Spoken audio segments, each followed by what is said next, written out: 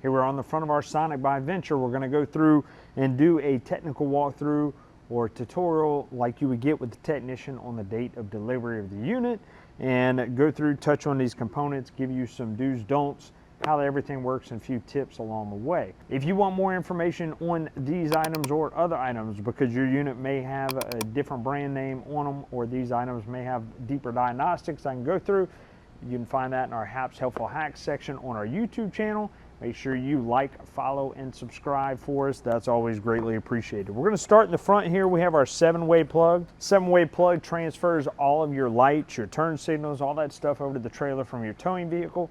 It's also going to have a battery charge line that pulls off the alternator of the vehicle and charges your battery while you're traveling down the road. Last thing is our brake control wire. That brake control wire is going to send the signal from your brake controller to your brakes on your trailer whenever you initiate them, and letting it know that it needs to initiate the brakes on the trailer. Speaking of brakes, we're going to have this lanyard right here. This lanyard needs to loop and connect to your receiver hitch itself, where you hook your safety chains up. Not to the actual hitch or anything like that, to the receiver hitch itself, because the idea is if the hitch ever breaks, then this will pull out of that breakaway box and it will activate the brakes on our trailer. Now that's only going to happen if we have a good solid 12 volts on our trailer. That means that our battery has to be in good shape, otherwise those brakes aren't going to activate. So make sure we have a good battery, it's charged up, and we also need to make sure that this pin is inserted in that box at all times. Otherwise those emergency brakes are going to be active while you're going down the road.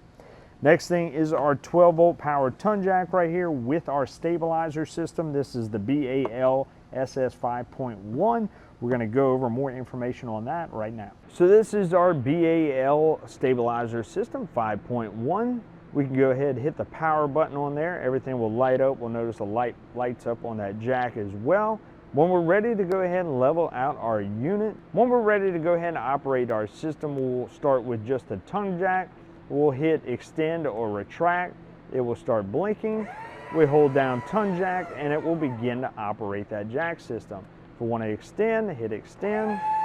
Same thing, it will operate that system.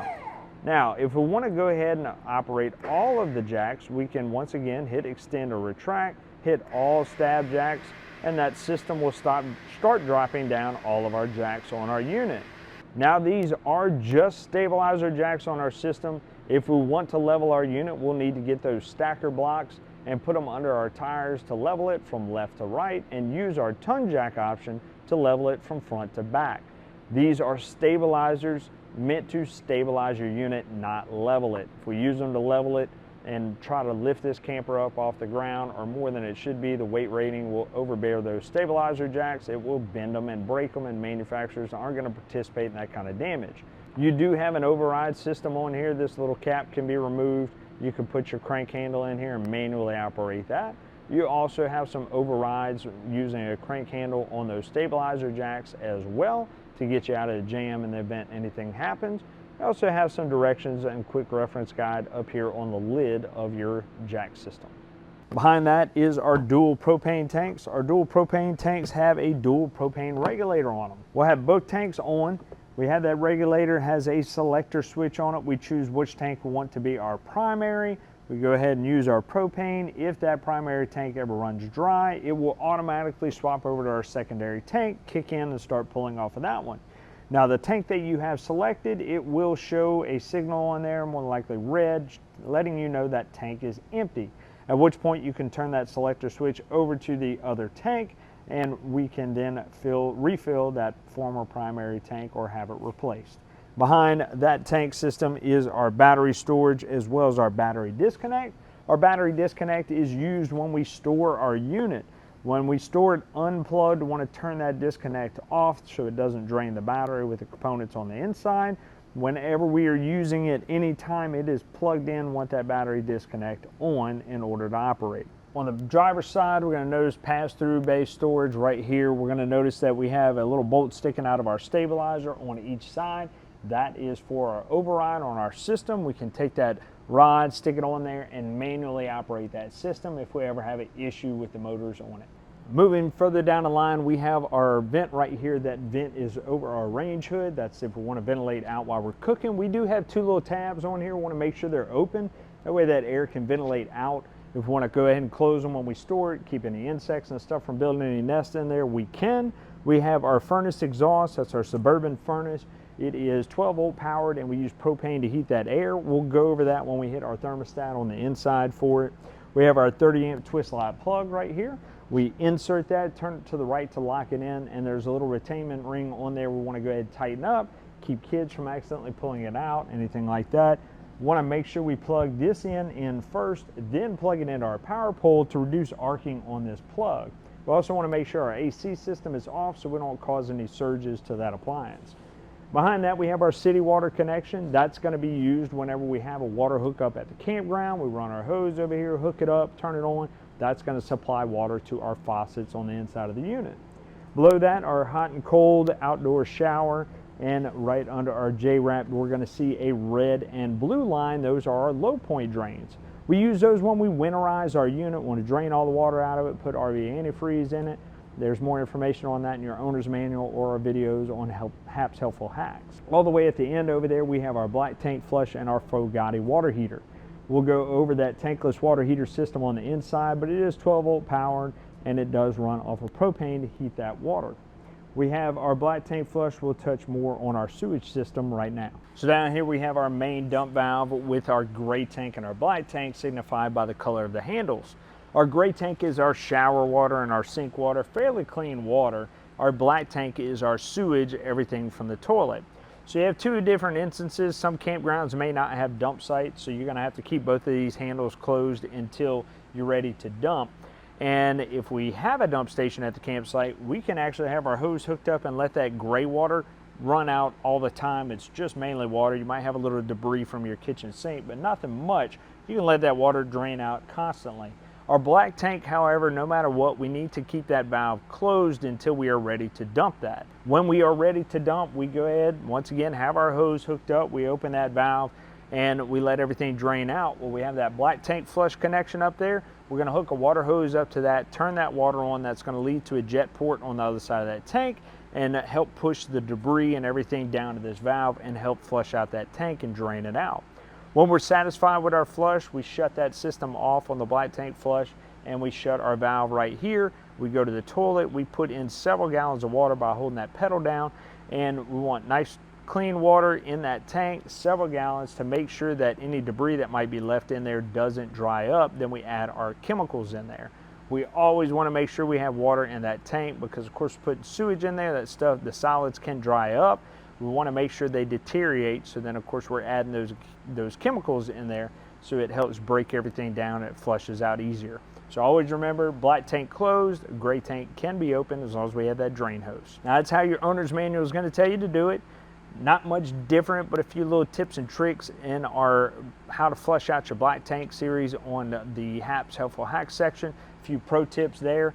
You can go check out that video if you want more info. On the back of our unit, of course, we are pre-wired with our Furrion backup camera system. We have power ran up there. If we want to upgrade, add that camera in there, we can.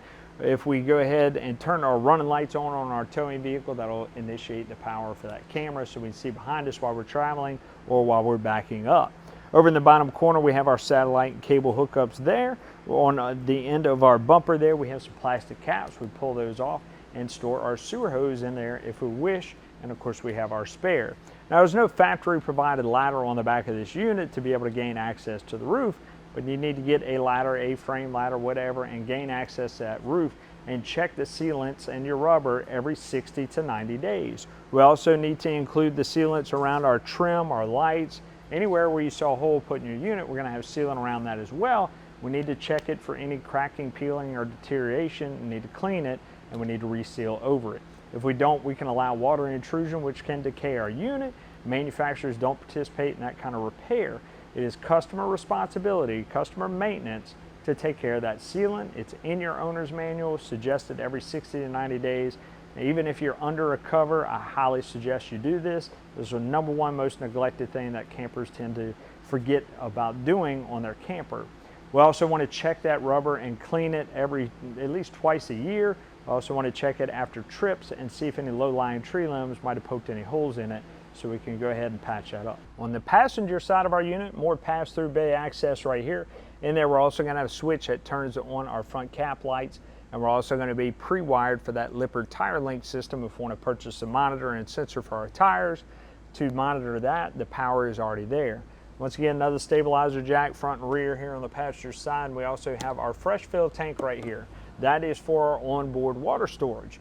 Take a water hose, stick it in there, turn it on, we can fill that onboard water storage. Now, we would use that when we're going to a campground, boondocking, something like that that doesn't have water, or if we're using it at rest areas along a trip. Only take what you need, because water does add more weight to the campers, so you want to keep that in mind. When we don't need that water, we're going to find that valve right under the unit, little blue hose sticking out with a valve. We open that valve and it will drain our fresh tank, and we want to do that so every so often anyways, because we don't want that water getting stagnant in there as well. So keep that in mind whenever you fill in your fresh tank. Under our awning, we have our 110 outlet and our cable hookup for outdoor TV. That 110 outlet is going to be GFCI protected. We'll talk a little bit more about GFCI, where that main outlet is on the inside when we get there. Our entry door is going to have some resistance to it. That's our friction controlled hinges right there to keep the wind from slamming that door shut or open and tearing anything up. And we also have our solid steps right here. Now, after we leveled our unit from left to right, we want to make sure we come over here and level our solid steps. The way we do that is these silver tabs on each side. We go ahead and put it down here in position. We can push those tabs in and adjust those legs up and down. This is important because we want a nice flush threshold right here for our door to close properly with no gaps. And we also want to make sure that we're not having any damage on the bottom of our door, making contact to the frame of those steps. As far as storing them, we want to make sure our door is all the way open so these tabs here on the side don't tear up our screen. We put them up, pull that little blue latch, make sure it latches into the frame, and we're good to go. To pull them down, pull that blue tab again, drop them down, we're ready to go. As we enter our unit, first cabinet to the right, we have our interior light switch, our awning light switch, as well as our awning in and out, and our 30-amp solar controller, which controls the solar panels for our charging system for the battery if we were going ahead and using that solar energy for that. Now, that system can be changed a little bit according to what type of battery you have. You can refer to the owner's manual on that. It's pretty well plug and play. You turn it on, you let it run. Just outside our bathroom, we have our LevelMate Pro, which will give you a little bit of information on that here in a second. Below that, we have our Suburban thermostat. That's pretty easy to operate. We have our room temperature right here. We want to kick it on. We take that dial right there and move it to the warmer position. We want it colder or less warm, we go ahead and move it to the left. We want it off, we keep pushing to the left until it clicks. Now we'll go over some info on our LevelMate Pro. So we're going to walk you through how to operate this LevelMate Pro. We can see that our adjustments are right there in front of us. If we drop the front down, of course, we'll see the front drop, so on and so forth. But the objective is to continue to level this unit until we start to see that 0 come to life. We get a green, and then we are good to go. We can also set our hitch position. So once we are disconnected from our truck, we can see down here at the bottom, we can hit set, and that will set our hitch position right there. If we click yes, hitch position is set. So now after we have leveled our unit out, let's say we don't want to play that guessing game, right? So we bring our jacks up and we can control that front tongue jack. We hit recall here and it will adjust and let you know where that original hitch height was, and you can go up and down until you zero out there. Then you won't have to worry about trying to guess where that hitch height actually is. That wraps up everything on our LevelMate Pro. Down on the floor line outside of our bathroom, we have our RV COLP detector right here. That green light there lets you know that it is powered up. It's wired into our battery system, so it's going to be on all the time.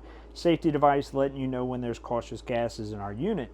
It does have an audible alarm. We need to check it every now and again, push that test button, make sure it's working. We also want to notice that there is an expiration date on here, either stamped on the front or the back. Need to know when that is, that way we can go and replace it when that time comes. We're also going to have smoke detectors in our units, powered by a 9-volt battery with audible alarm on there. You need to check both of those things to make sure that that is working and powered up.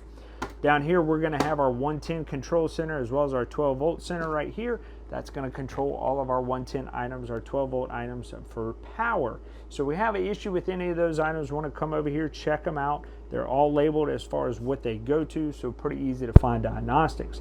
We'll notice a little fan running in here from time to time. That is for our converter system.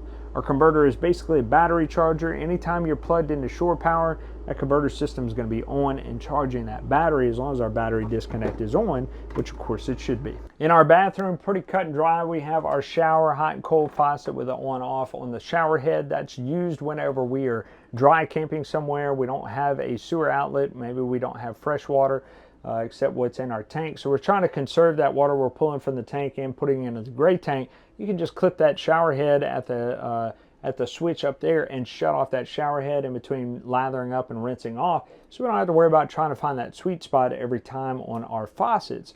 Click it back on when you're ready to rinse. We're also going to have a vent in here. It's suggested to turn it on when you take a shower, help reduce the heat and humidity in here, and of course reduce the opportunity for mold and mildew to develop. Our toilet right here has a little push pedal. That push pedal goes ahead and initiates the flush on it. Now, one thing we need to keep in mind for our toilet is we're only putting number 1, number 2 RV toilet paper and our chemicals in here, nothing else, because you can clog up the pipes. So number 1, sewage speak, we're talking about liquids. So we put that in there, we hit that pedal all the way down, flush it down to the black tank. Number 2 is solids. We want to make sure we have enough water in this bowl to help push those solids down to the black tank. So we want to fill it about half to 3/4 of the way. We can do that by barely pushing this pedal down here down, and it will begin to fill the bowl with water. And we can go ahead and flush it when we have the appropriate amount of water in there. And our RV toilet paper is important because it will deteriorate properly in that tank. Our chemicals are important because they're going to help deteriorate that, as well as our sewage that is in there, and of course help it smell much better than what it could. Here we have our panel that's going to give you our battery, our fresh tank, our black tank, and our gray tank reading. You're going to see 2 gray tanks on there because it is a generic panel, but your unit only has 1. Push those buttons, the panel will light up right here and tell you the value of that tank or propane or that tank or battery or whatever the case may be. Next to that, we have our 12 volt water pump switch that's going to pull from that fresh tank supply water to our fixtures. Now, if you have a city water connection, no need to turn that on. You have pressure from the water hose. But if we don't, obviously we need to kick that on to get water. This is an on-demand pump. It's only going to come on when we have our faucets on and asking for water. Whenever we shut that faucet off, it'll take a couple of seconds for that system to prime up, and then that pump should shut off. If we hear that pump running, we're certain that all of our faucets are off. We want to come over here, shut that system down, and then investigate. That's one of 2 things. Either our fresh tank is out of water or we have a leak in our system. Either way, we want to turn our system off. That way we either don't burn it up or continue to make a leak. So we investigate it and then go from there. Here we have our tank heaters. This is for all of our tanks on our unit. We flip that on. It's 12 volt mat. That will heat those tanks in extreme weather to keep them from freezing. We have our Fogatti panel right here that controls our water heater as well as our GFCI. We'll go over those 2 items right now. Our water heater system right here is pretty cut and dry. Turn it off and on, hit that power button. Change between Fahrenheit and Celsius, hit that button right there. And to change our set temperature, which is going to be the temperature of our water output, we can control that with our arrows right here. On-demand system, we turn our hot water on and it will initiate, turn on the flame, and begin to heat that water. Our GFCI outlet right here is going to control all those outlets in wet locations in our kitchen, outside, anywhere where you see a label saying GFCI protected. In the event that these outlets are overloaded with too many skillets, coffee makers, or anything of that nature, this system will trip. And also if those outlets get wet, this system will trip too. So this is where basically it's like a breaker on here. You have 2 buttons, your reset button, your test button. If we hit that test button, it's going to initiate like that system is tripped, and it's going to kill all those outlets. In the event that happens and your system trips, we come over here, we hit that reset button, we'll see that green light pop back on, and you're good to go. If it immediately trips again, then we want to go remove some of those appliances we have on there, or make sure that none of those outlets are wet. In our kitchen area, we have our 12 volt Furrion fridge and freezer. controlled by our knob right here. It goes from off to cold to colder, and then we also have an off-grid option right there. Off-grid option we would use whenever we are dry camping. Once again, we're not plugged in, we're pulling off our 12 volts, so we want to reduce the amount of power we're using off of that battery system. We can go to off-grid. That compressor will actually work half the speed, and we also want to make sure we're not opening and closing that door a lot, because that compressor is only going to work so hard to keep those goods cold in there. So to help keep them cold, don't go in and out of that fridge very often.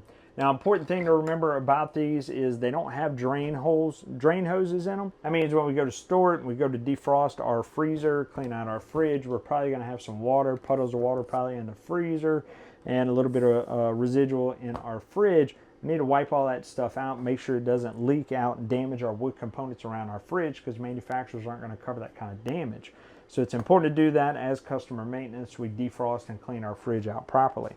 Behind that, our 2-burner Furrion stovetop right here, along with our hood range vent. Remember the one outside we talked about needs to be open for this to ventilate out. We have our burner with our glass cooktop that can be more counter space. It also needs to be down for travel. We flip it up for use.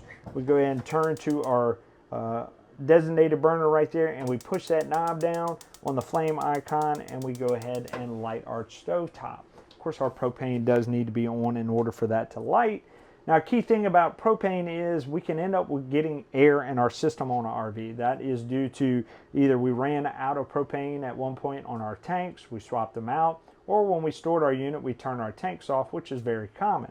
So what you want to do is, after one of those events happens, we turn our propane on, we come directly over to our stove and we light it.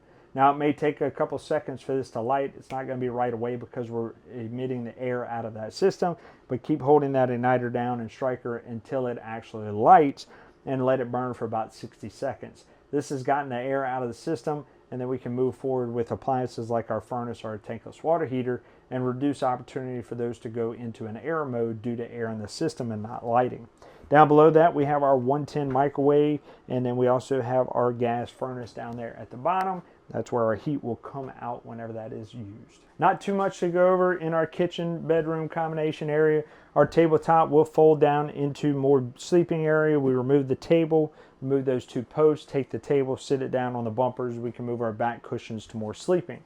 Of course, we have our bed here. We do have some storage underneath there if we wish. Our TV for entertainment here.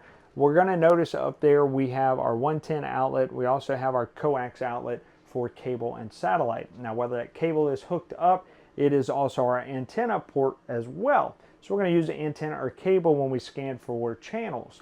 There is also a button on there that is for our antenna boost that turns a little light on. We want that light on when we're searching for antenna channels. That way that boosts that signal, pick up more channels in the area. We want that light off whenever we are searching for cable channels so it doesn't scramble the channels coming in from the campground. In order to do that, little button right there, we just push it off and on. We're also going to see a little plate that says King on it. That is a upgradable option. The power's already ran. If we want to go ahead and upgrade to that wireless router system and subscribe where we can have Wi-Fi with us wherever we go. We have our Coleman Mach AC up here. We have filters on each side. We pull those little tabs down. We can clean those filters. Want to do that fairly regularly so we're not restricting the air to our AC unit. These are our outputs on each end right here. We have low fan and high fan. That is just going to circulate the air on our unit, not cool it. And we also have low cool and high cool. That will actually cool the air in our unit and push it out. Our thermostat right here goes from cold to colder.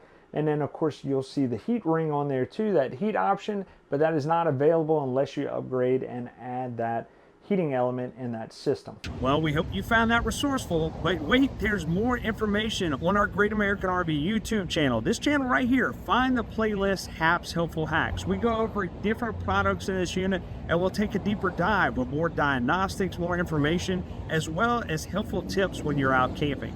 Tell your buddies, tell your friends, like, share, subscribe, do all those awesome things on YouTube, TikTok, wherever you found us. And keep watching here at Great American RV SuperStores, where we bring the how-to you.